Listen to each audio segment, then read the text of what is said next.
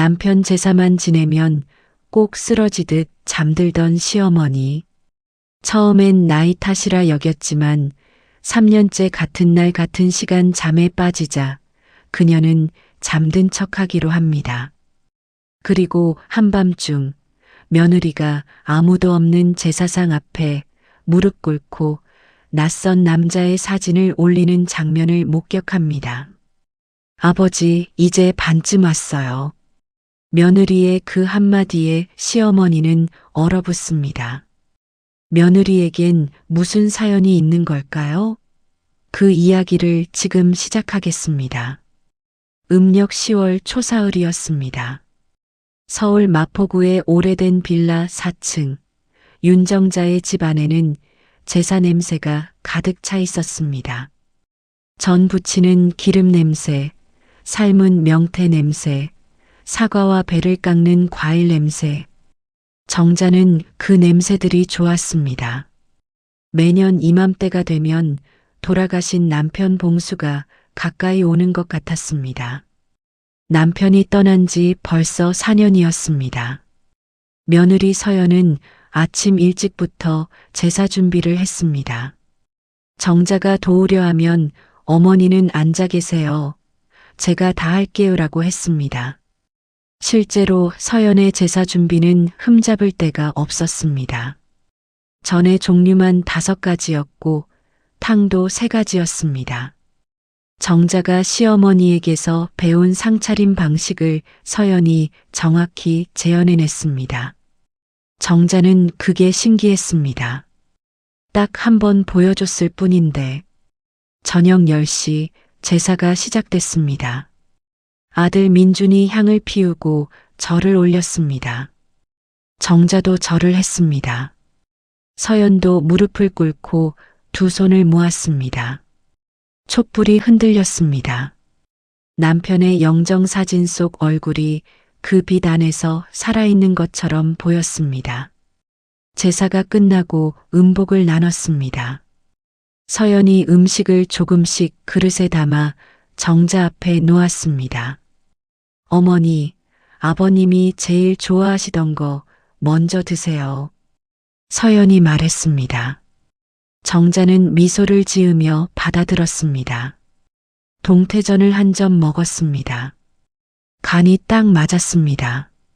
남편이 살아있을 때 정자가 늘 붙이던 그 맛이었습니다. 그런데 음복을 시작하고 1시간쯤 지났을 때였습니다.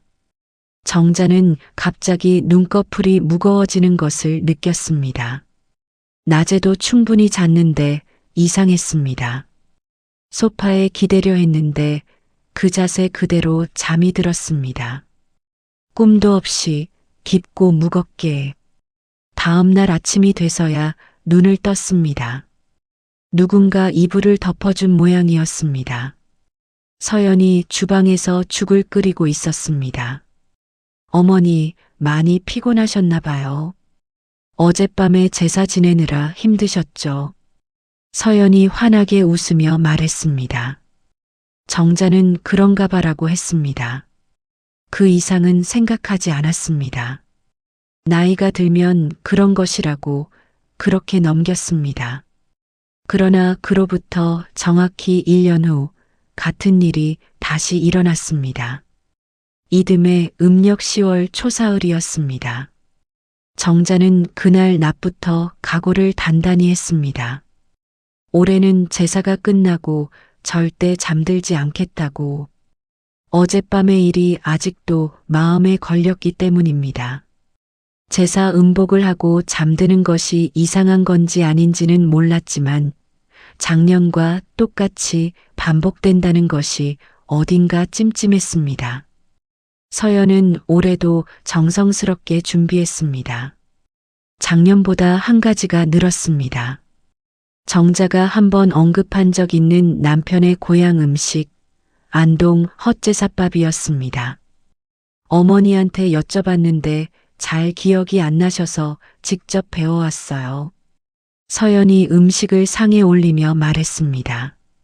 정자는 그 음식을 보는 순간 눈가가 촉촉해졌습니다. 남편의 어머니가 만들어주던 그 맛. 수십 년 만에 보는 것이었습니다.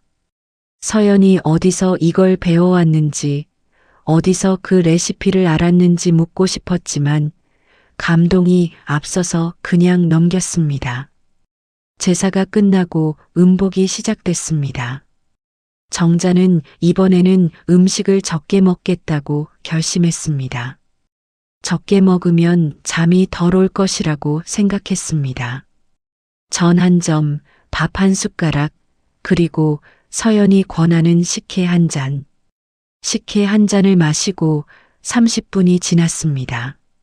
눈꺼풀이 내려왔습니다. 작년과 똑같이, 아니, 더 빠르게. 정자는 자리에서 일어나려 했습니다. 그런데 다리에 힘이 들어가지 않았습니다. 온몸이 솜니불 속에 가라앉는 것 같았습니다. 그 상태로 소파에 쓰러졌습니다. 마지막으로 들린 소리는 서연이 민준에게 말하는 소리였습니다. 여보, 어머니 또 주무시네. 이불 덮어드려요. 서연이 나직이 말했습니다. 또, 그 단어가 정자의 흐릿한 의식 속에 박혔습니다. 서연이 또라고 했습니다.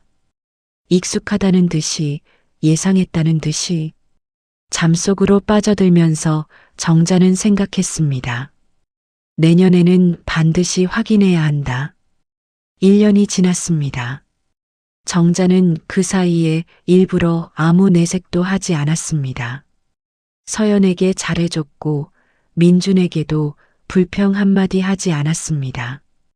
그러나 마음속에서는 계획을 세우고 있었습니다. 세 번째 제사에서는 반드시 깨어 있을 것이라고. 그리고 그해 남편의 제삿날 보름 전부터 정자는 혼자서 작은 실험을 했습니다. 서연이 만들어주는 음식 중 제사 때 외의 것들을 먹고 잠이 오는지 확인한 것입니다. 평소에는 아무 이상이 없었습니다. 잠이 쏟아지는 일은 없었습니다. 그렇다면 제사 음식만 문제가 있는 것이었습니다. 혹은 음복 때 마시는 술이나 식혜가 문제였습니다.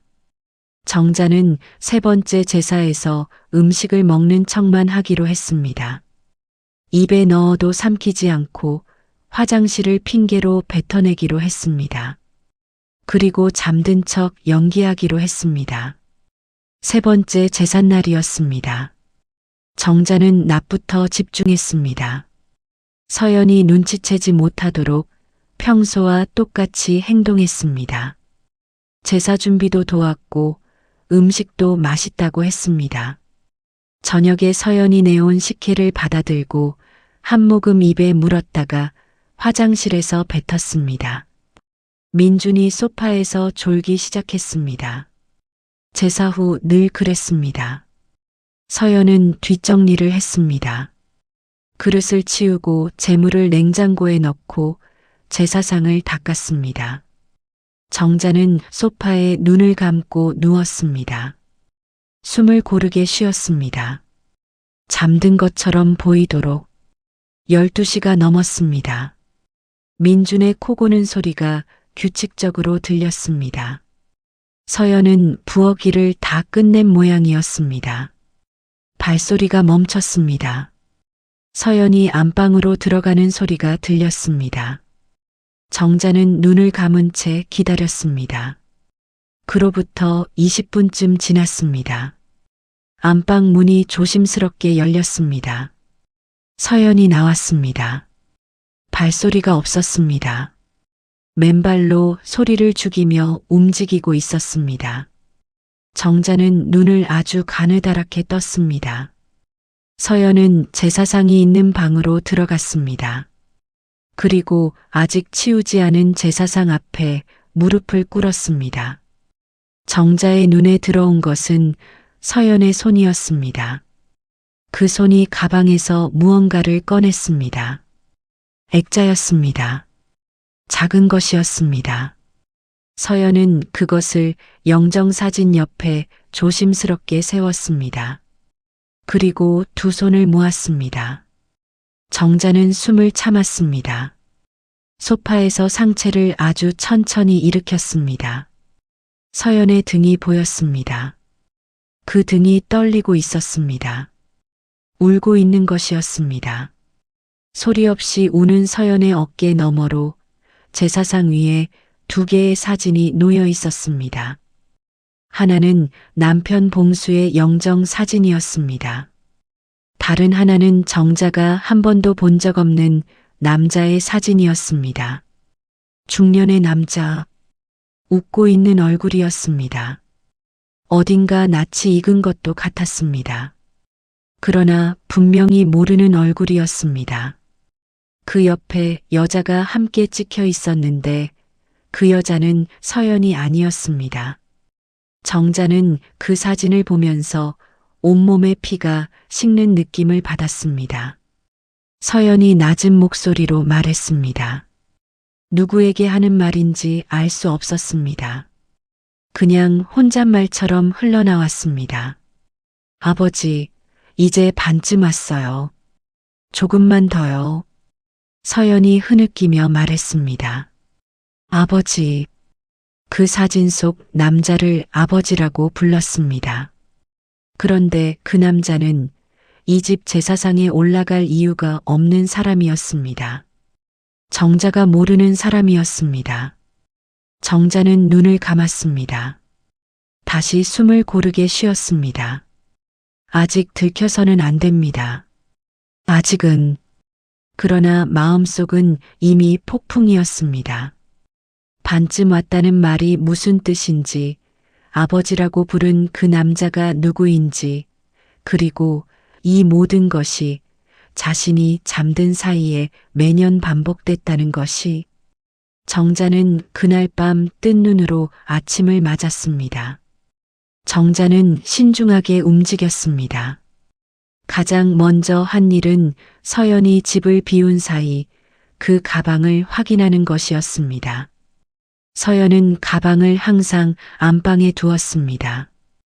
평소에 정자는 안방에 들어가는 일이 거의 없었습니다. 그러나 그날은 달랐습니다. 서연이 장을 보러 나간 틈에 정자는 안방으로 들어갔습니다.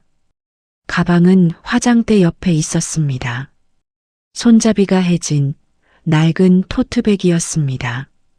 안을 열었습니다. 지갑, 카드, 영수증들, 그리고 안쪽 주머니에 작은 봉투 하나가 있었습니다. 봉투를 꺼냈습니다. 안에 사진이 한 장 있었습니다. 어젯밤 제사상 위에 올려뒀던 그 사진이었습니다. 낮에 다시 넣어둔 것이었습니다. 정자는 그 사진을 빛에 비춰봤습니다. 남자의 얼굴을 자세히 들여다봤습니다. 50대쯤 돼 보이는 남자, 잘생긴 편이고 눈이 작으면서 웃을 때 눈매가 구겨지는 타입. 그 옆에 여자는 젊고 예뻤습니다. 두 사람이 함께 웃고 있는 사진이었습니다. 배경은 어딘가 바닷가 같았습니다. 사진 뒷면에 글씨가 적혀 있었습니다. 흐릿한 볼펜 글씨였습니다. 1988 속초. 엄마 아빠. 정자는 그 글씨를 읽고 한참 동안 움직이지 못했습니다. 엄마 아빠. 서연의 아버지였습니다. 그리고 서연의 어머니였습니다. 그것은 이해할 수 있었습니다. 그런데 왜 그 사진을 자신의 남편 제사상 위에 올려두는 것인지 그게 이해가 되지 않았습니다. 정자는 사진을 원래대로 넣어두고 안방에서 나왔습니다. 서연에게 직접 물어볼 수는 없었습니다. 물어보는 순간 정자가 잠들지 않았다는 것이 들통납니다. 그리고 정자는 아직 전모를 파악하지 못한 상태에서 섣불리 카드를 꺼내고 싶지 않았습니다. 정자는 오빠 태수에게 전화했습니다. 김태수는 정자보다 4살 많은 오빠였습니다. 평생 부산에 살았고 정자의 남편 봉수와도 젊은 시절에 가까이 지냈습니다. 정자가 봉수와 결혼할 때부터 지켜봐온 사람이었습니다. 오빠 나인데 한 가지만 물어볼게. 봉수 씨 젊었을 때 외도 같은 거 한 적 있어? 정자가 말했습니다. 전화기 넘어가 잠시 조용해졌습니다. 갑자기 그게 무슨 소리야? 태수가 말했습니다. 오빠 알지? 알면 말해줘. 정자가 말했습니다. 정자야, 그건 다 지난 일이야. 봉수도 죽었고.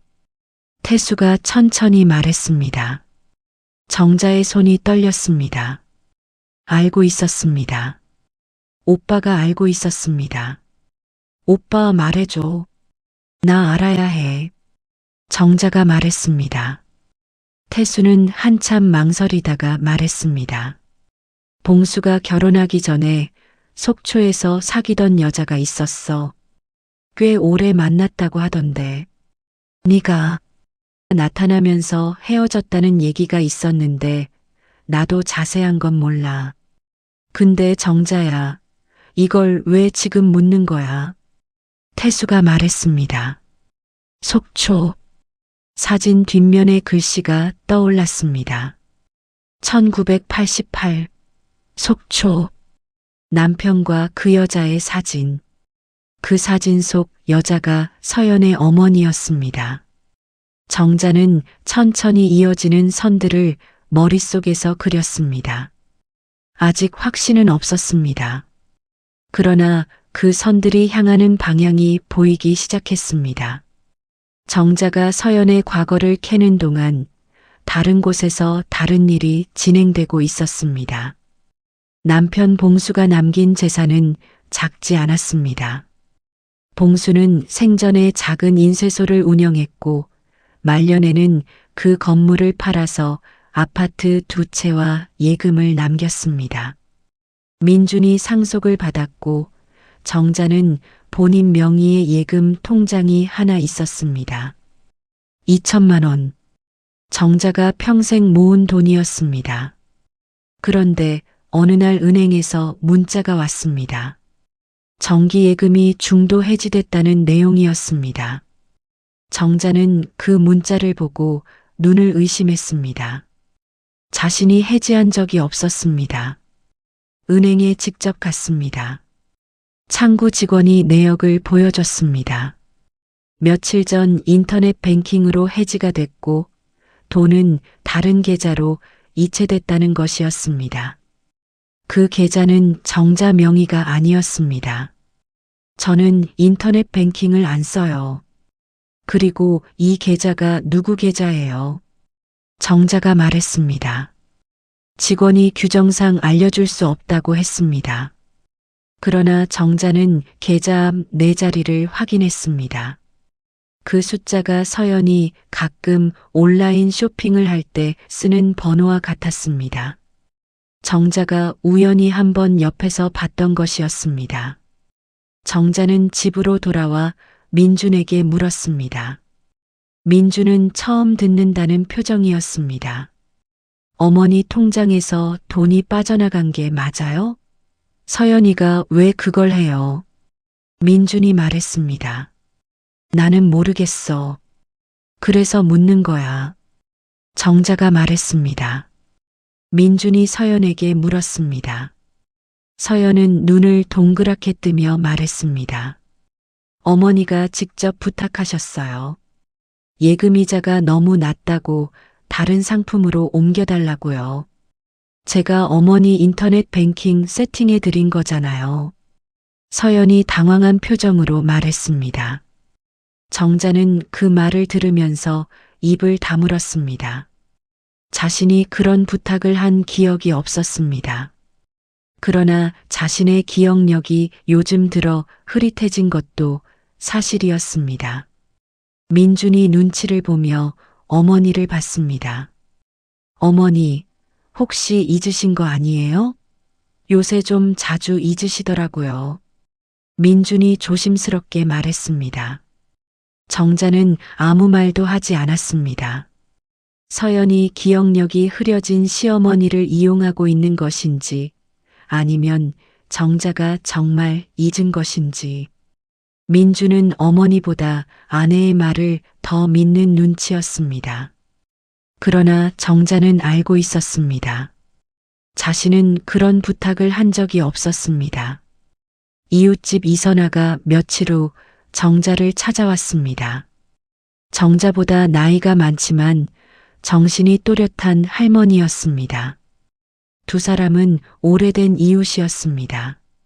정자 씨, 며느리가 요즘 자주 나가던데 낮에 혼자 계시죠? 선아가 말했습니다. 그러게요. 친구가 많은 사람이에요. 정자가 말했습니다. 선아가 목소리를 낮췄습니다. 그게 친구인지 모르겠어요. 나이가 지긋한 남자분이랑 매번 같이 나가던데. 제가 착각한 건지 모르겠지만 볼 때마다 둘이에요. 선아가 말했습니다. 정자는 그 말이 처음에는 가슴을 콱 막히게 했습니다. 며느리가 바람을 피우는 것인가. 그런데 금방 다른 생각이 들었습니다. 나이가 지긋한 남자. 친구가 아니라 공모자일 수 있었습니다. 이 모든 것을 함께 계획한 누군가. 정자는 오빠 태수를 서울로 불렀습니다. 둘이 마주 앉아서 처음으로 전부 털어놨습니다.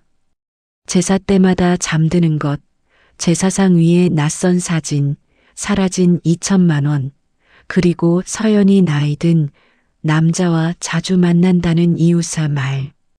태수는 조용히 들었습니다. 그리고 한참 후에 입을 열었습니다. 정자야, 내가 너한테 말 못한 게 있어. 태수가 낮게 말했습니다. 정자가 오빠를 바라봤습니다. 태수가 기억하는 이야기는 이랬습니다.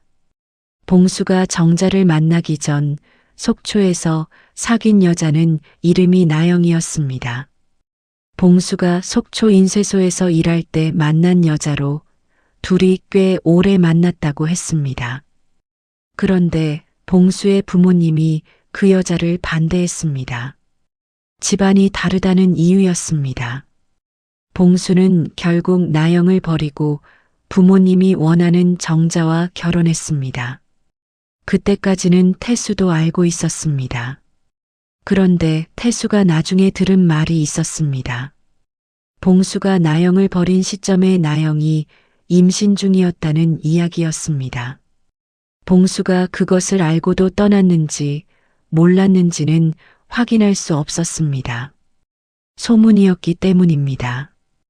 태수는 확인되지 않은 것을 동생에게 말하기가 싫었고 이미 결혼이 된 마당에 말해봤자 상처만 된다고 생각해서 입을 닫았습니다.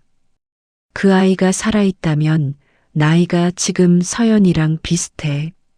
태수가 말했습니다. 정자는 그 말을 듣고 눈을 감았습니다. 모든 것이 맞아 들어갔습니다.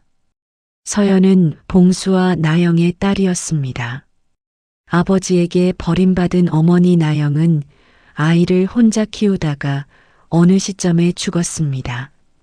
그리고 그 딸이 아버지의 이름을 찾아왔습니다. 아버지가 만든 가정, 그 가정의 아들에게 접근해서 며느리가 됐습니다. 반쯤 왔다고 했습니다. 복수가 반쯤 됐다고. 그 복수가 무엇인지 이제 정자는 알 것 같았습니다. 가문의 재산을 조금씩 빼내는 것, 그리고 시어머니를 제사 때마다 재워놓는 것, 시어머니가 남편의 외도를 알지 못하도록 아무것도 눈치채지 못하도록 잠재워두는 것, 제사 음식에 무언가를 넣었습니다. 그것이 잠을 유발했습니다. 매년 정확히 그 하루만 정자는 태수에게 말했습니다. 오빠 경찰에 가야 해. 근데 가기 전에 증거가 필요해. 정자가 말했습니다. 태수가 고개를 끄덕였습니다.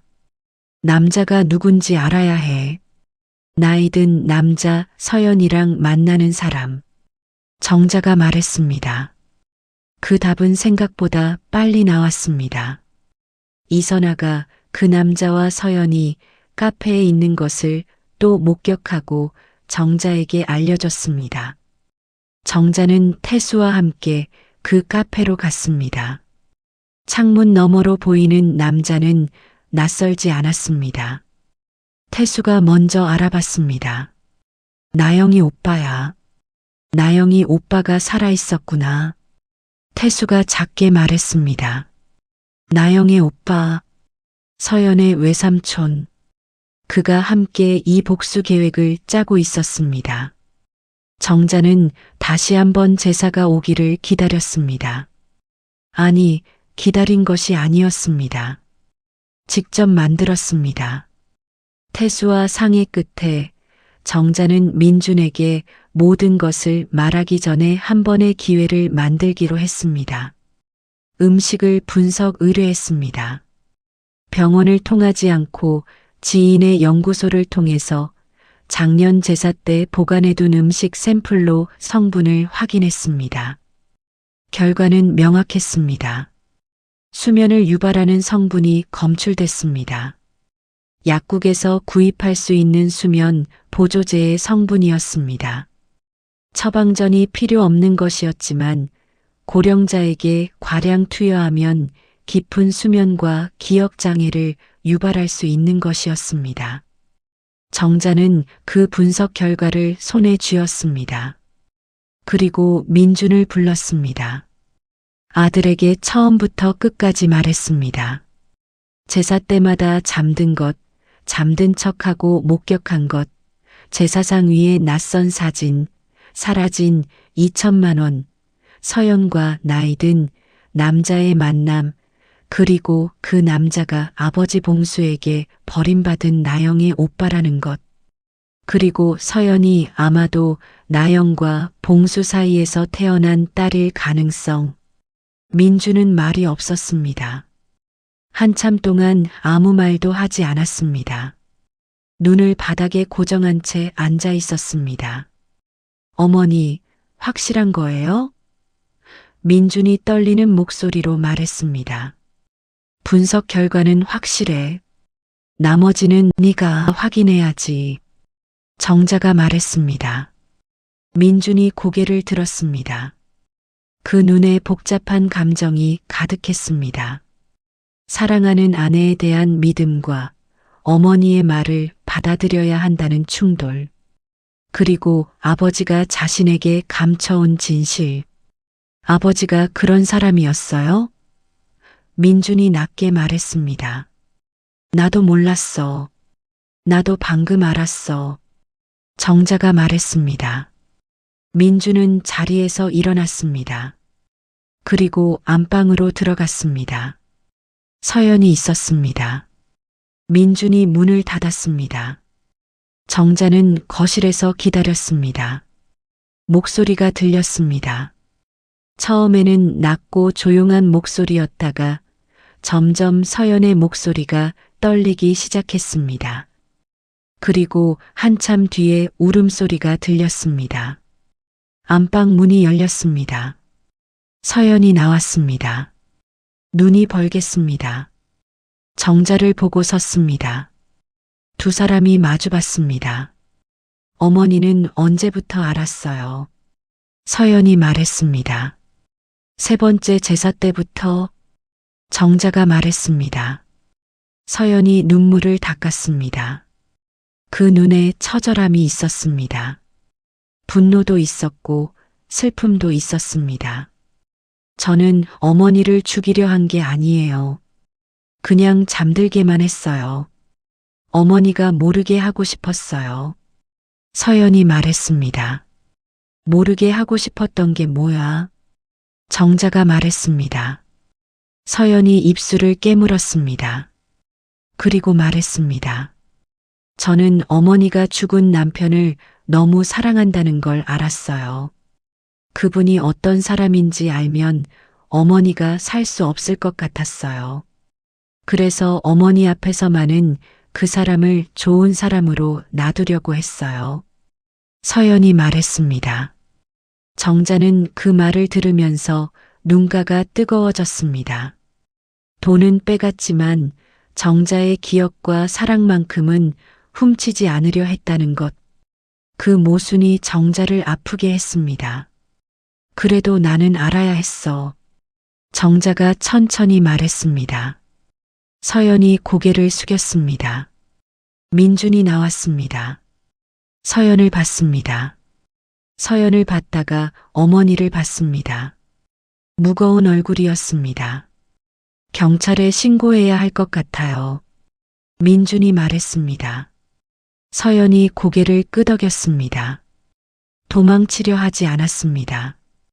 그날 오후 서연과 서연의 외삼촌은 경찰에 자진 출석했습니다.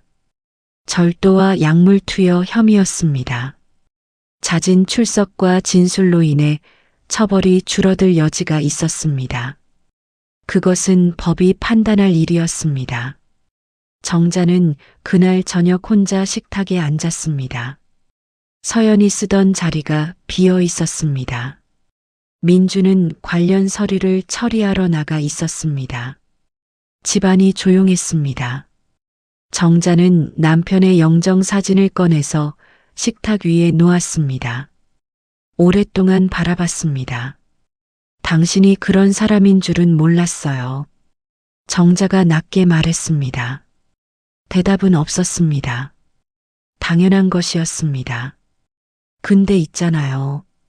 그 아이가 당신 딸이 내 며느리가 됐어요. 당신이 버린 아이가 결국 내 가족이 됐어요. 정자가 말했습니다. 사진 속 봉수는 웃고 있었습니다. 정자는 오랫동안 그 얼굴을 바라봤습니다. 그리고 마지막으로 한마디 더 했습니다. 당신 잘못을 내가 거두는 게 옳은 건지 모르겠어요. 근데 그 아이가 너무 오랫동안 혼자였던 것 같아. 정자가 말했습니다. 이야기는 여기까지입니다. 감사합니다.